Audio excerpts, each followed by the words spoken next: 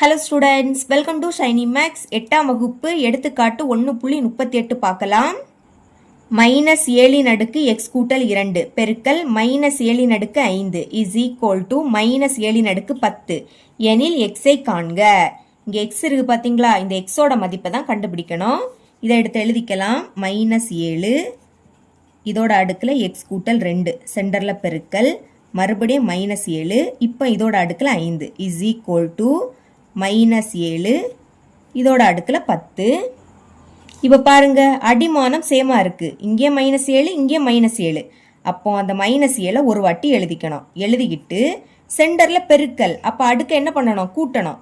இங்க என்னது இருக்கு, எக்ஸ் கூட்டல் 2 கூட்டுறதுனால சென்டர்ல பிளஸ். அடுத்து இங்க 5 இருக்கு, எடுத்து எழுதிருங்க. இஸ் ஈக்குவல் டு அந்த சைடு மைனஸ் 7 அதோட அடுக்குல 10 இருக்கு.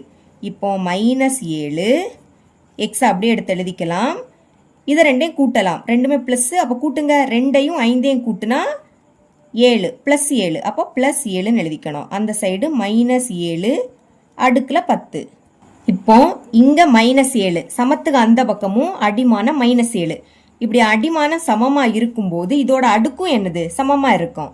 அப்ப இப்படி எழுதிக்கணும். இங்கு அடிமான எண்கள் சமம், ஆகவே அடுக்குகளை சமன் செய்க. அடிமான எண் சமமா இருக்கிறதுனால அடுக்கை இப்போ சமன் செய்யலாம். இங்க அடுக்கு என்னது இருக்கு, எக்ஸ் கூட்டல் 7 சமம் போட்டுருங்க. இங்க அடுக்கு 10. ஓகேங்களா, புரியுதுல? அடிமானம் சமமா இருக்கும்போது அடுக்கும் சமம். அப்போ இதை எடுத்து எழுதிருங்க. சமம்னால சென்டர்ல சமம். அடுத்து இங்க 10 இருக்கு. இப்போ எக்ஸ் தானே கண்டுபிடிக்கணும், எக்ஸை மட்டும் வச்சுக்கலாம். இந்த சைடு 10 இருக்கு. இனி பிளஸ் 7 சமத்துக்கு அந்த பக்கம் வந்துன்னா மைனஸ் 7. இப்போ கழிங்க, 10ல இருந்து 7 கழிச்சா 3. இதுதான் எக்ஸோட மதிப்பு. இவ்வளவுதான் இந்த சம்.